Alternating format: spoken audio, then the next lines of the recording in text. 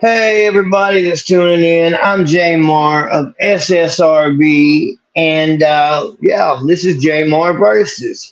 So, who do I have the privilege of getting to verse tonight and everything? Go ahead and introduce yourself to the people that don't know. Yo, what up? It is one half of the finals for the Network SSRB Championship. It is your boy, Lord Omnizilla, aka Black Zod.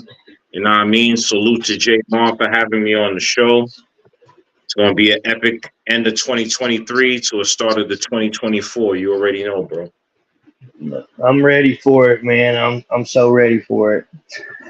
But are you ready to get this interview started, man? Absolutely. Let's go. All right. What made you decide to join the SSRB roster? What brought you over here? Shout out to Stat.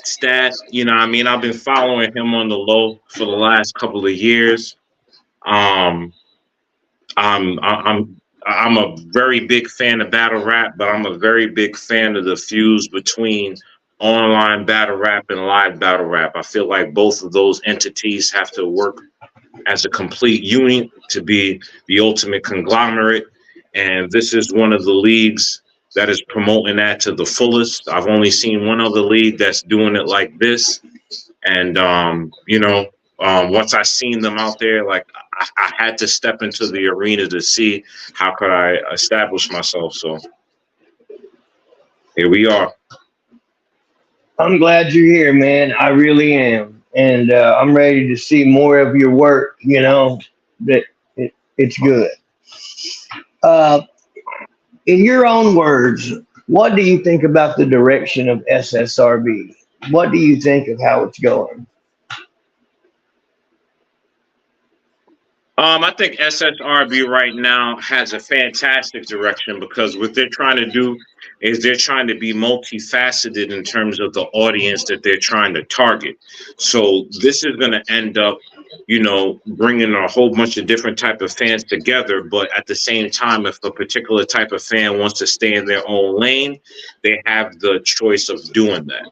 So that's what I love about this is that you're getting different types of MCs to come together as one to provide, a great network. So it's epic, man.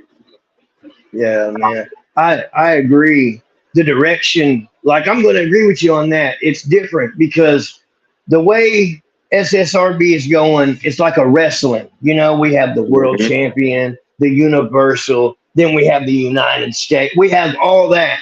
And if you like wrestling, then you're going to like this because there's going to be so many matches you would never expect on a regular league. You know what I'm saying? So this is Yeah. different. And I, you know, whenever I heard about it, I just started pushing, man. I just started pushing because I like Stat, and I had no idea how well grounded he was in the culture. I did it, and I just started helping, and here I am, and I'm glad to be doing this for the platform and all y'all, man. Y'all deserve it, and I'm glad y'all are here. Um, do you see yourself becoming a top contender for the silver or gold championship? It's inevitable. The story always is the same. I'm weird, I'm wayward. So, when it comes to conformity, that's been my Achilles heel all throughout the years. But when you step into an arena like this, where you have people that have quote unquote done it, then you have people that are hungry. It's like the new bloods versus the vets. I am a vet, but I have the hunger of a new blood. And there's a lot of vets that either don't know who I am or want to play like they don't know who I am. And every time I step into a league, I sit back, I work hard, and I try to figure out what that particular audience wants me to do and what they want me to say, what they want to hear. But I make sure that I put my own original spin on it. So I'm learning accordingly. And whether it's T-Stamp or Fezzo or the people that are going to beat them, hey, it's just going to be a couple of months before you guys realize you're in trouble. And my brand is going to be one of the faces. We just getting Okay. started. All right. I like that, man. I like that. If you could face anybody on the roster, who would you pick and why? Right now, although I would love to say T Stamp, he's been quiet. The person that I would like to face on the roster is Silent Killer, because he got a big mouth. And Silent Killer, I know he's a big fan of COVID B and Plug. You guys got your own little community, your own little posse. Me and COVID B, we actually had a live battle recently. And I told him what was going to happen with that live battle. I told him that his buddies and that a certain demographic of people were going to tell him that he won. But then I told him the world was going to get involved. And once that happened, I'm like, it's going to switch the narrative. Because I don't rap like a lot of people rap, bro. Like, I have a mix in between my, like I improv and freestyle to rebuttal, but I'm still trying to conform to make sure that I have a structure that translates to everybody. Silent Killer is one of those people who feels like, he feels like he has a structure that's down packed where he could easily beat me. He would be the perfect standpoint or landmark in terms of showing people that it doesn't matter how good you think you are, I can rebuttal that. Shout out to the judge. Rebuttal that, by the way. All right. Could you tell us about your journey in battle rap? What's been your biggest challenges and how did you get started? And if you even had any challenges, how'd you overcome them? Like, how did you get started? Definitely. If you've had no challenges, you're probably not humble and you're probably not that good. So I've constantly had challenges. My main challenges is the fact that I like to incorporate expanded vocabulary in my lyricism. That can cause issues with the way that I flow and so on and so forth, because a lot of hip hop is based around broken English so that you can fit more syllables within your bars.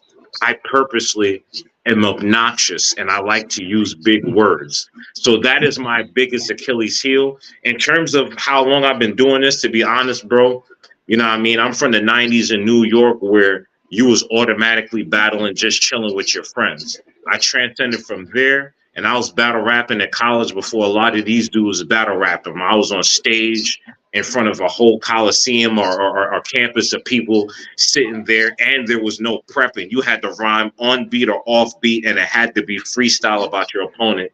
So now you get more time to memorize and so on and so forth. So I'm trying to master that part of things. So, it's almost like I'm a relic, but I got new energy. Well, I don't have this down, but I'm going to ask you this. What do you like doing better? Do you like doing writtens better or do you like freestyles? And like, which one's the hardest and which ones do you like doing the best? Like, just wondering. I love freestyle more only because that's where we started. Okay. I mean, unless you was writing on stone, a lot of people, you didn't have the ability to record your rhymes the same way we do now. So you had to be witty and you had to be clever and you had to be able to drop at the top of a dime. So for me, that's my favorite. But like, I'm in love with writing too. Now my writing is more curtailed to writing hip hop songs and albums. So that was one of my Achilles heels too. If people could tell, it's like, oh, your punches sound mixtape like. Well, yeah, I'm used to writing punches for a song, not punches for a battle. But if you confuse the two, that makes you pretty dangerous. Okay, that's all the questions I have, but now we're at the end of the interview and this is your chance, to talk to the roster, address whatever you got to address. I'm giving you the floor and it's all yours, man. Say what you got to say. Well, to all you battlers who think that doing it live is the only way to survive, you're wrong. You got to fuse the internet and your presence.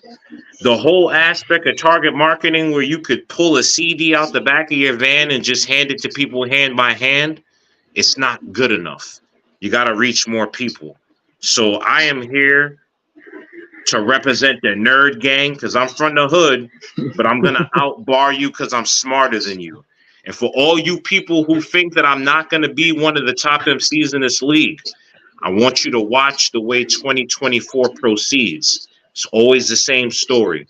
You're going to look at me as an underdog, and by the end of the year, you're going to look at me as one of the greatest of all time. That's not a prediction. I'm stealing this from Paul Heyman. It's a spoiler. Oh, I like that. Well, if that's all, man, then thank you for taking the time to interview with me, bro. It was a real privilege. Thank you so much. You already know, bro. SSRB, get your marketing up. We about to make history, but we all got to do it together. You already know. Already, bro. You have a great night, man. You too. Salute. Thank you.